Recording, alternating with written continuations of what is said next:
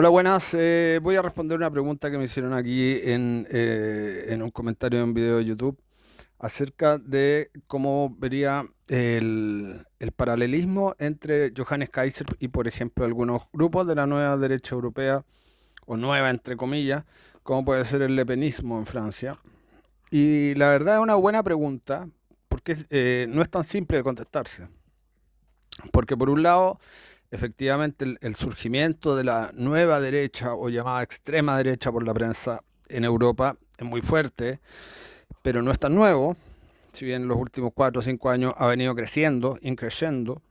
El lepenismo en particular yo creo que hay que sacarlo un poco de ahí porque es un fenómeno netamente francés.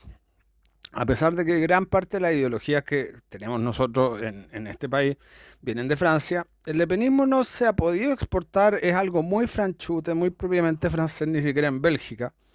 Porque de hecho el grueso de la nueva derecha en Europa, de la llamada extrema derecha, el auge de la extrema derecha en Bélgica, Holanda, Alemania, etcétera, etcétera, viene más por otro lado. El lepenismo es anterior, el lepenismo es un movimiento que ya lleva casi 40 años, desde el fin de la Guerra Fría prácticamente, donde estaba Jean-Marie Le Pen, que claramente tenía otras posturas mucho más radicales que las que tiene actualmente Marine Le Pen, ¿no es cierto? Y Marine, no sé, ahora es la nieta, creo que es la que está a cargo. Bueno, la cosa es que el lepenismo se ha ido moderando, se ha ido poniendo cada vez más suave, porque ha estado más cerca de tocar el poder, también lo que es lógico. Entonces se acerca a posiciones un poco más de centro, un poco más de consenso general. Pero el lepenismo yo diría que es un fenómeno muy particularmente francés. A diferencia, por ejemplo, de AfD. AfD en Alemania yo creo que corresponde a otra cosa y que tiene que ver con la creciente influencia, por ejemplo, de Víctor Orbán en la política europea. Víctor Orbán, esto lo decía un libertario, esto no se sabe mucho y es bien interesante, porque tiene que ver con que dentro incluso de la llamada extrema derecha europea hay una división. Y básicamente esa división tiene que ver con cómo se sitúan ellos con respecto a los bloques grandes que hay en este momento en el mundo, ¿no es cierto? Por un lado están los atlantistas, que son los pro-OTAN, y por otro lado están los que bogan por una solución europea distinta y que muchas veces o siempre están relacionados con Víctor Orbán y a su vez indirectamente con Putin. Entonces,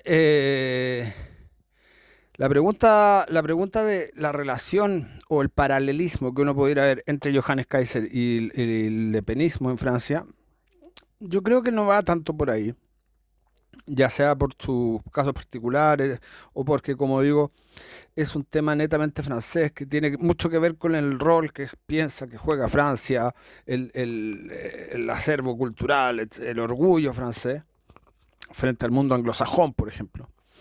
Eh, Cosa que es muy distinta con el caso de Johannes Kaiser. Johannes Kaiser sí se pudiera relacionar muchísimo más con AfD y yo creo que ha sacado muchas cosas de ahí. Él, como germano hablante, yo creo que saca muchas cosas casi literalmente de ahí. Cosas, slogans, frases, qué sé yo.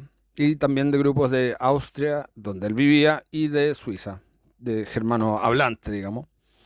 Hay cosas que literalmente las saca y las copia de ahí, de grupos de eso.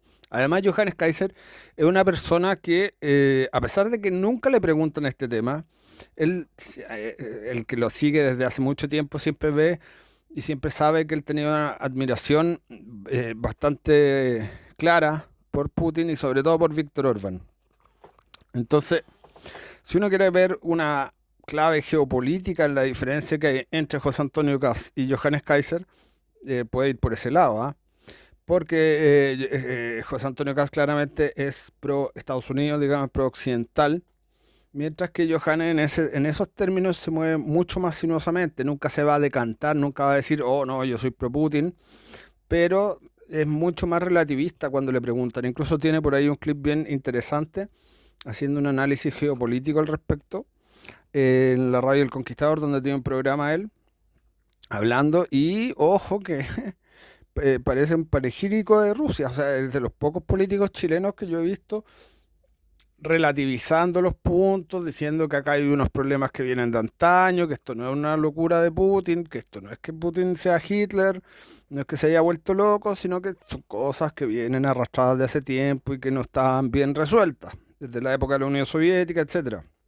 Porque como todos sabemos, dentro de la Unión Soviética se dibujaron los mapas de los que eran las repúblicas, porque era una ficción de república, realmente era un estado totalmente centralizado, no era ni una federación ni nada, ¿no es cierto? Supuestamente era descentralizado. Entonces a los rusos les dio lo mismo regalarle Crimea y un par de cosas más a Ucrania, porque era todo parte, en el fondo era todo, dependía de Rusia, ¿no es cierto? Toda la Unión Soviética dependía de Rusia. En Rusia era el que mandaba finalmente, entonces le da lo mismo regalarle un poco más de tierra a Ucrania. Y de ahí vienen verdaderamente los problemas, a pesar de que yo siempre he sido pro Ucrania en esta guerra, porque son los atacados, digamos, son las víctimas, pero no se puede negar que gran parte de los problemas vienen de esa época, claramente. De los años 50, un reordenamiento interno de la frontera entre las repúblicas soviéticas y que se lo tomaron muy a la ligera por lo mismo, por lo que estoy diciendo, que era como ordenar las regiones de Chile, digamos, no tenía ni un, ni un problema, no se veía, no se vislumbraba ahí una posibilidad de conflicto. A diferencia de lo que pasaría, por ejemplo, en Argentina mismo, si se reordena la frontera entre San Juan y Mendoza, ya habría quilombo, ya habría problema porque es un país federal. Entonces ahí hay una conciencia local, regional mucho más alta. Bueno, dicho lo anterior, entonces, ¿cómo ordenamos a la extrema derecha europea entre los atlantistas y los urbanistas, por decirlo así? No todos necesariamente están en el grupo parlamentario de Víctor Orbán, pero están por esa línea que es FD. Y ojo, esto no es casualidad. Esto tiene que ver incluso con una cosa que decía un libertario hace un tiempo y que nadie le dio bola, pero que era bien interesante, que también tiene que ver con la ruptura del movimiento libertario en muchos países, donde Víctor Orbán saca parte importante del presupuesto de Hungría para lo que es propaganda exterior. O sea, como los antiguos comunistas que gastaban millonadas en propaganda y en favorecer a distintos minigrupos y partidos en los distintos países, Víctor Orbán está haciendo exactamente lo mismo. No se sabe si es con financiamiento de Putin, no se sabe si es con financiamiento propio. Obviamente Víctor Orbán es bastante más presentable que Putin porque es una democracia, porque está dentro de la Unión Europea, entonces sigue ciertas normas y por lo tanto lo ocultan menos también. Pero como digo, gran parte de estas nuevas derechas que se dividen tienen que ver con ese factor. Sin ir muy lejos, en España hay un señor que se llama Alvise Pérez, que responde claramente al putinismo, ¿ya?